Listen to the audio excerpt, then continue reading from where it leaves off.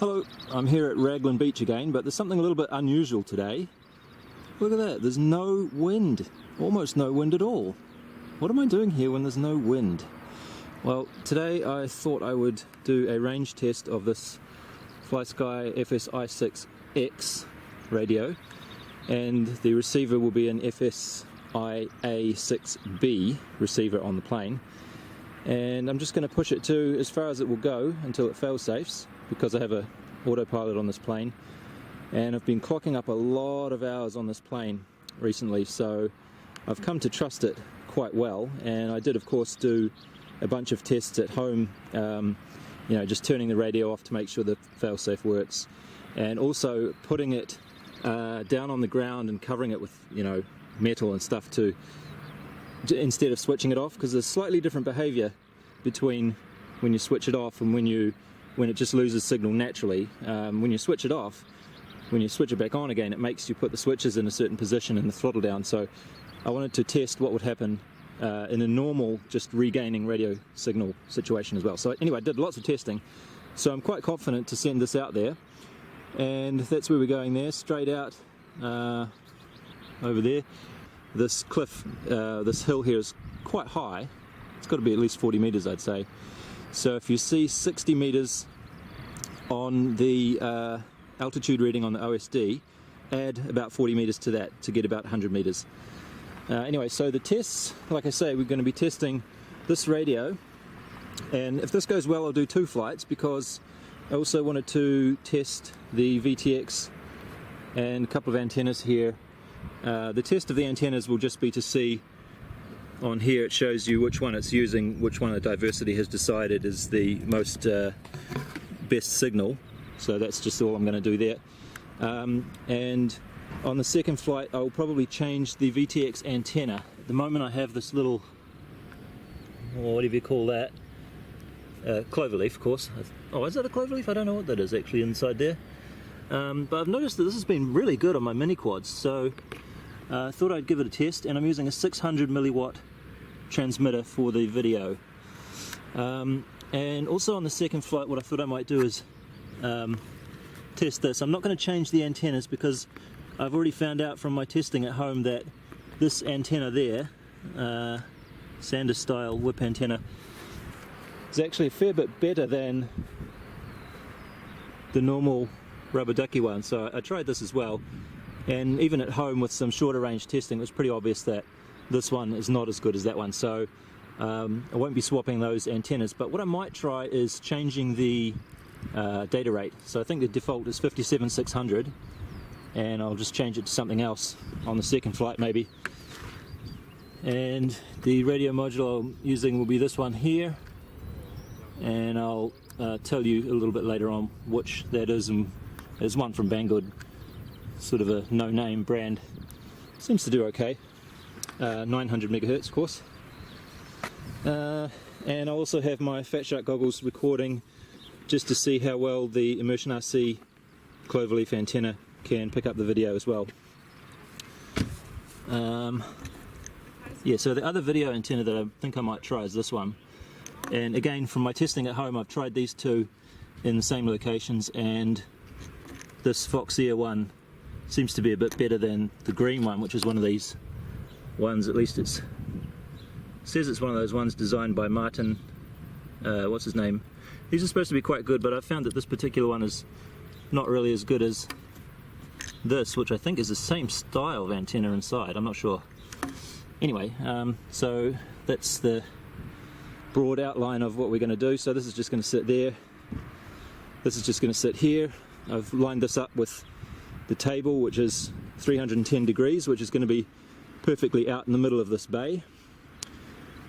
And I'm expecting to get at least 4 kilometers, probably a bit more, because there's going to be no radio noise out there. And the reason I've put the radio up on here is so that I can get exactly the same signal each time. So if I was walking around carrying this, it might be a little bit different. So when the failsafe triggers, it will switch into return to launch mode and come back. And when it regains the signal, it doesn't switch out of return to launch. It just comes back all the way. Well, I can switch it out if I want to, but the point is that if I was carrying this around and I sort of, let's say I faced this way so that the signal had to go through my body, and it just sort of inadvertently did something like that, it might trigger the failsafe a little bit too soon. So I just wanted to make sure that it's a decent height off the ground. That's probably where I would hold it, a little bit higher than I'd hold it actually. Yeah, so I just wanted to make sure I wasn't going to give the two comparisons a different result. Anyway, let's get started.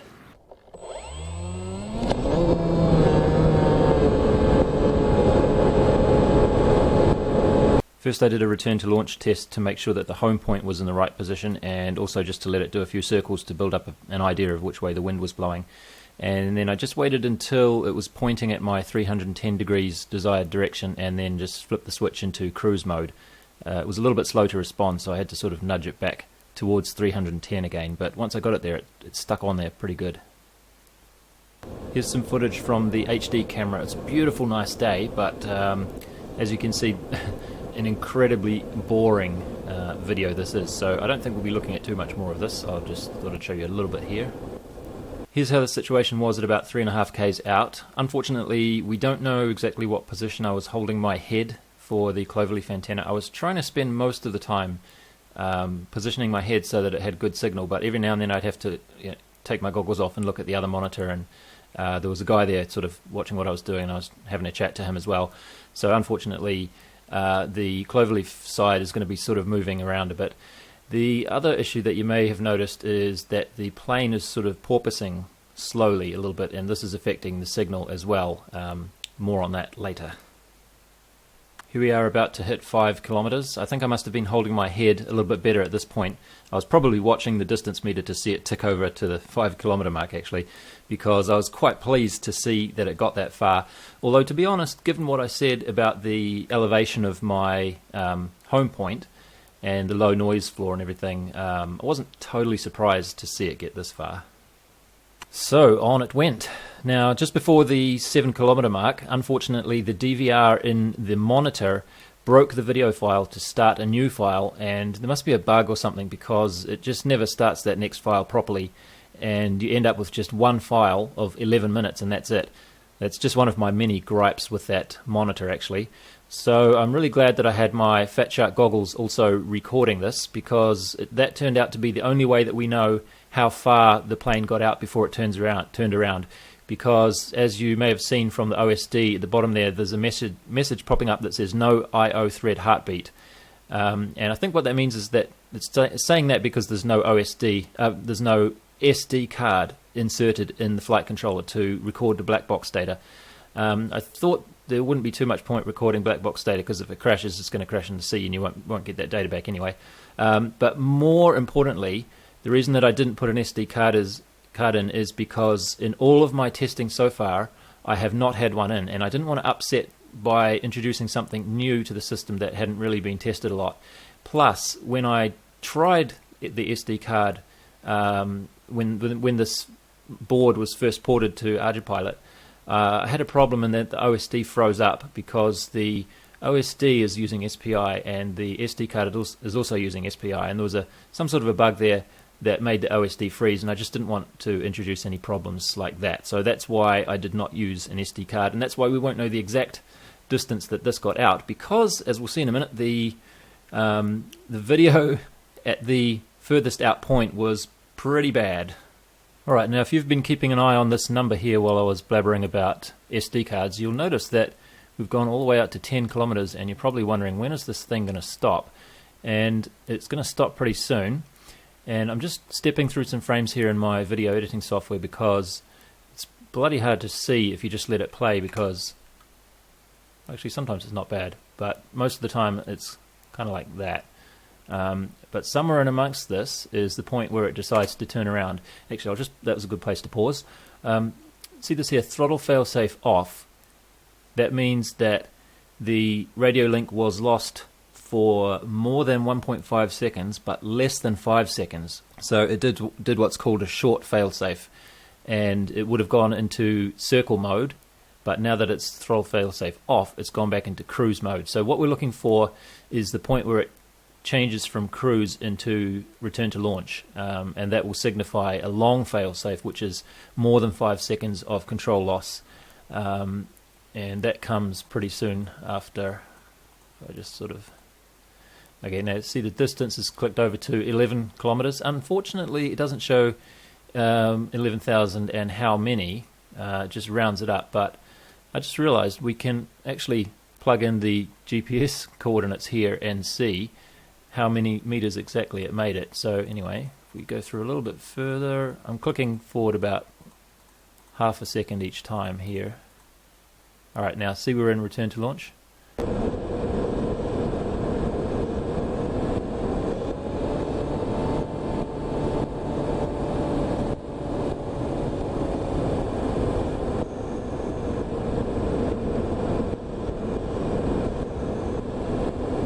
I'll just go back to the last time we had a readable GPS location in cruise mode. I can't quite read that one. We're back. Oh, damn. Okay, I think I can read these numbers here. So I will plug those into Google Maps and get a position and see if we can measure exactly how far that is from the home point. So there's that point there, and I chose that direction. So I was starting from near this beach there, and I chose that direction because I thought it was only going to go about half as far. So if it went to about here, that would have been equally far away from the coast on each side. That was my thinking. But unfortunately, it did get a little bit closer to that coast after a while. Mind you, like if you look at these coasts, there's nothing there. So what I was saying about radio noise, I mean, even when in this area of New Zealand, even when you are close to the coast, there's still no, well, there's a house there, maybe they have Wi-Fi, I don't know, but there's just nothing around really. Anyway, so let's have a look at the distance. Now, I just measured this before and I was a little bit disappointed. I thought it might be significantly more than 11 kilometers, but it wasn't. So measure distance. And let's go here. And it's something like 11.01. Well, that makes sense because on the DVR recording that we saw just before, it had only just clicked over to 11. So, yeah, that's a pretty good distance to have radio control. However, what I have not told you yet, on the way back, in return to launch mode, you can nudge it to the left and right and up and down actually as well, just to, I think the idea is maybe if you need to steer it around a tree or something like that, but it doesn't go out of return to launch mode, but it's a good way to let you feel to see how well your control is actually working without having to switch any modes or risk losing the return to launch status. So I did that a little bit on the way back, and I found out that the control was absolutely terrible. It was almost uncontrollable. It felt like, if you're thinking of it as packets of control getting through, maybe 1 or 2 packets every second, if you're lucky, were getting through, and I found that I couldn't control it with any degree of confidence until it got back to about 4 kilometers. But I made some commentary regarding this at the time, so I'll play that for you now. Alright, we're at 3.2 kilometers there on the way back. Well, you probably can't see anything there. But I found that on the way back the radio control was much worse, and it could be just because of the way the antennas are slightly slanted on the tail fins. I forgot to show you that before I took off, but I'll show you when I land, because it is coming back. And I found that I couldn't really control it reliably until about 4.5 kilometers out. So as it came back, every now and then I was just going like this a little bit to see how good the control felt, and it was very scratchy or very patchy until about 4.5 Ks. Anyway, 4 Ks and under seems to be, oh, you can't see that. 4 Ks and under seems to be fine. What are we there? 2.2. Oh, it's almost back. And 15.4 volts. But so since that went about twice as far as I expected it to, I think that there's going to have to be a slight change of plans, and that's the only flight I'll do. I mean, it does still have 15.3 volts, and it's only been flying for, well, less than 20 minutes, so it probably could do it again, but I think I'll just leave it at that for today. I don't want to push my luck too much more. Oops, can you see? Approaching the coast. Unfortunately, the plane's pitching up and down. There's some sort of a tuning issue that I tried quite a lot to get rid of it. See how the crosshairs going up and down on the artificial horizon? Just does that all the time, and I cannot figure out how to stop it from doing that.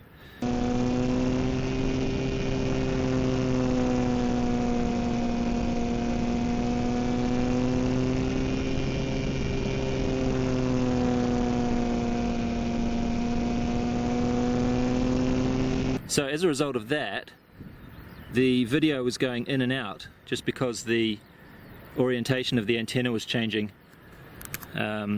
which could have been a good thing, because even though it was going in and out, so my video was dropping out every time it went down or up or whatever, it meant that at least there was a good point where I could see something.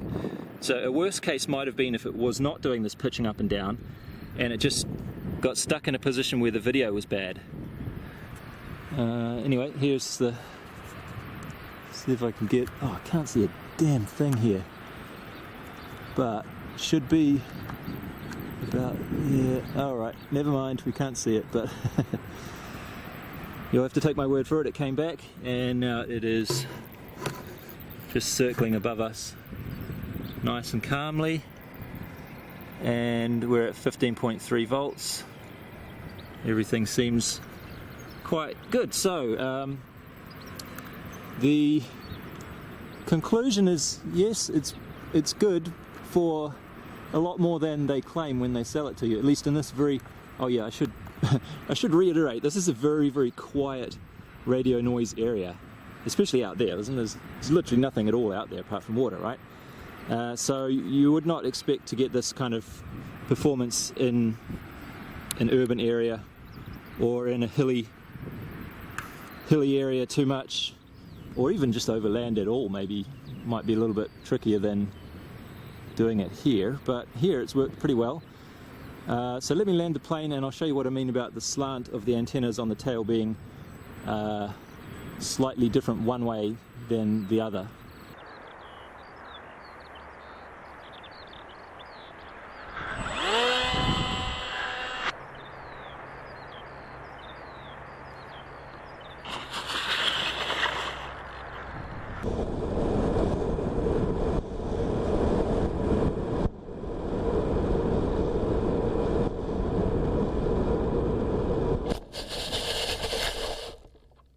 So the position of the antennas is like so. They're just sort of taped onto the leading edge of the tail fins, and when you look at the plane from the side about the angle that it's flying, there's a pretty fair degree of slope back there, so that's probably what caused it. Caused the reception to be better in one direction than the other. I wouldn't have thought it would make too much difference, but I guess maybe the down, so when it's going out, the signal from my radio would be perhaps bouncing off the ocean a little bit. Where's my hand? I can't see anything in my camera screen. Here we go. The signal from my transmitter would be coming down to the ocean and maybe bouncing up and hitting onto this antenna a little bit better that way. But when I was returning, the signal would have been coming from my transmitter this way, bouncing up. I'm just guessing. And when it bounces up, it's a less optimal angle for these antennas to receive that. I don't know, but that's that's what I'm guessing. Now let's take a look at what the ground station was doing all this time. The radios I was using for that are in the 900 megahertz range, and they say they're 100 milliwatt. So I was thinking they'd do a little bit better than this. This is on the way out. This is the furthest packet that was received, so just over 3 kilometers. And yeah, not quite as far as I thought, given that it's a lower frequency. But you also have to consider that it's doing error checking and resends and all that stuff. Probably doing a little bit more sophisticated transmission style than the radio control transmitter is, and it's trying to do that at 57,600 baud, which is a little on the fast side for this kind of a range. So that's probably what caused that sort of a limit. And to be honest, this is just a screenshot that I'm looking at here, so I can't really show you the replay right now, but just looking at the replay, these numbers started to come in less and less frequently after probably about 1 kilometer point here was the last time that the numbers were all streaming in nice and smoothly. So real world case, maybe you couldn't really take it more than about 1 kilometer.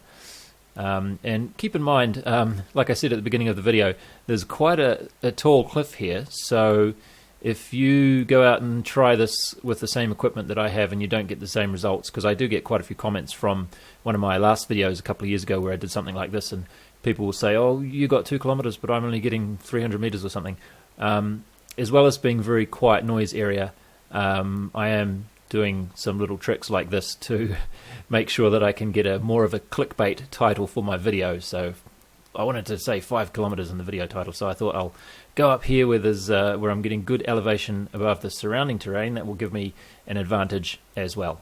Anyway, so on the way back, it was even worse. And I'm not really sure why it should have been worse, because the antenna for this one is pretty much mounted vertically straight up and down, so I'm not sure why one way would have been worse than the other. Yeah, no idea, but like I say, about 1 kilometer, so we've got 1,300 meters there, but 1 kilometer is really where it starts being smooth and usable.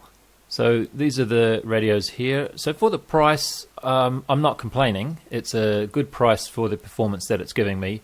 You can also get 433 megahertz ones there, which I haven't tried, because we have power output limits here in New Zealand that make it just not really worth it. So we don't have anywhere near as much restriction on this frequency range, so that's why I got these ones. And I really like these ones because as you can see here, both of these modules are exactly the same, and you can't really see in there, but there's a USB plug, and there's also a plug for a simple serial connection with the ground and power and TX and RX there, and they're both the same, which is really neat because I tried this cheapo radio modem in the past, and it works about the same. It doesn't have a steel can around the transmitter, which these ones do. I don't know if they show you in any of the photos, but if you open it up, there's a proper RF shielding can around the middle of the circuit board area, which this one does not have, even though it seems to perform about the same. But anyway, it's a little bit cheaper. But what's not so good about this one, which I didn't really like after a while, because I got 2 sets of these, but what's really annoying is you've got one that's sort of dedicated to be a ground station one because it's got this USB plug on it, and then you've got this one over here which is kind of dedicated to be on the aircraft module because it doesn't have a micro USB plug on it.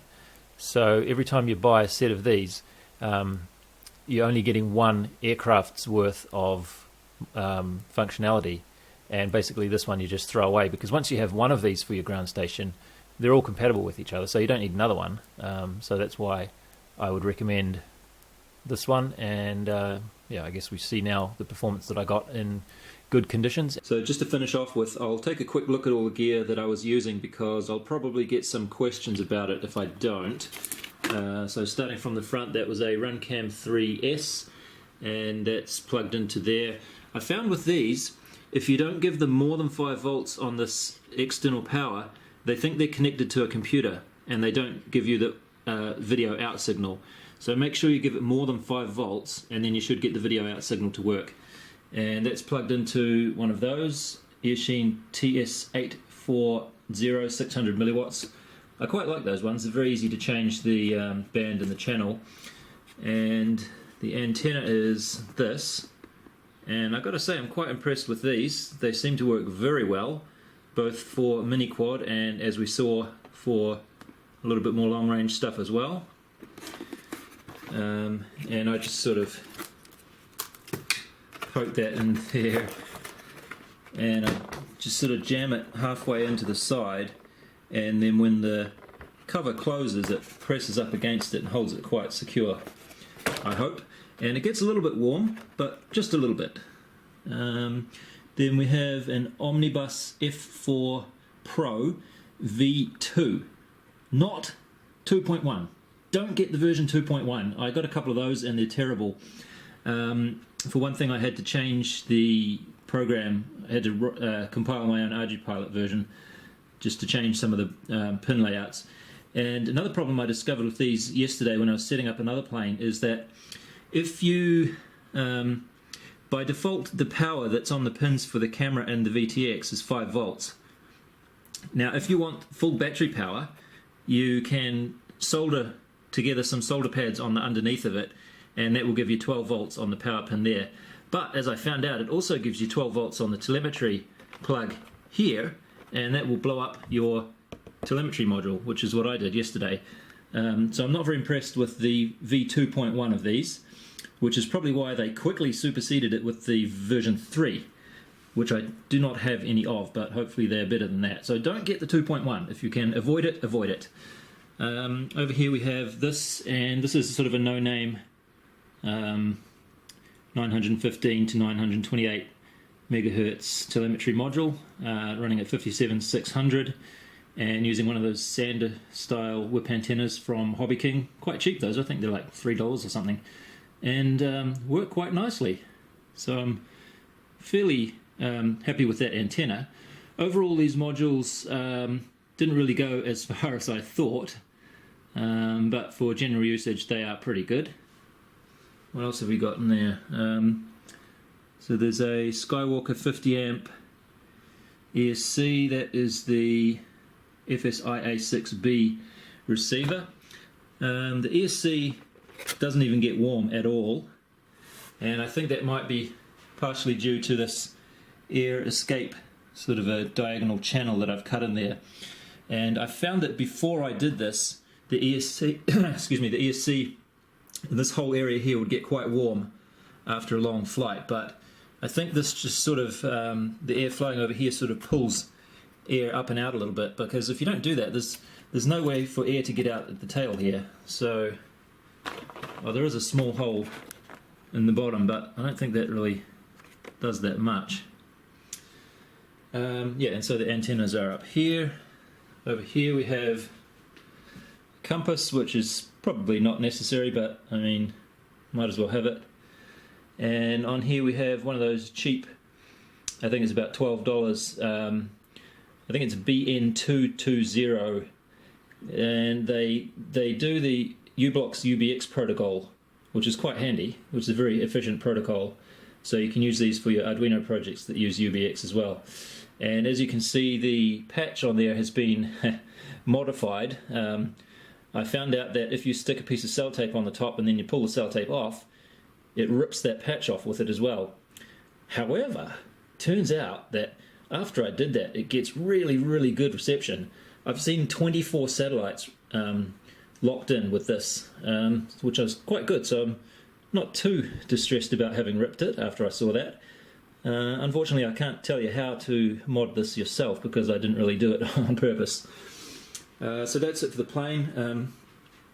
The transmitter is the FSI6X original firmware. I'm not sure if you can actually modify the firmware on these ones, but in any case, I have not changed it, and it was fully charged. It was 5.6 volts or thereabouts this morning when I was flying, so I'm not sure if it really makes a whole lot of difference, the state of charge, because I think the radio module is only 3.3 volts anyway, but just in case it does make a difference, it was about as fully charged as I could get it. By the way, I sometimes get questions about modifying these radios to use some other kind of batteries other than these AA batteries like LiPos or lithium ion or something, but my answer to that is, why bother? I mean, I have tested these particular batteries here, which are only 1500 milliamp hour. You can get these AA batteries, nickel metal hydrides, up to 2400 milliamp hours, the large capacity ones.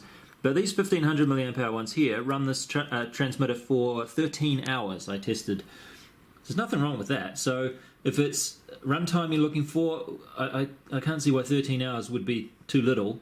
But mainly it's the convenience that I find so much better with these, because you can just leave them in there for a long time, unlike lipos where if you left it for a long time, you'd want to make sure it was at storage charge, or if you used it, depleted the battery a lot, you'd also want to make sure you put it back to storage charge as soon as you got home, which is just kind of a nuisance.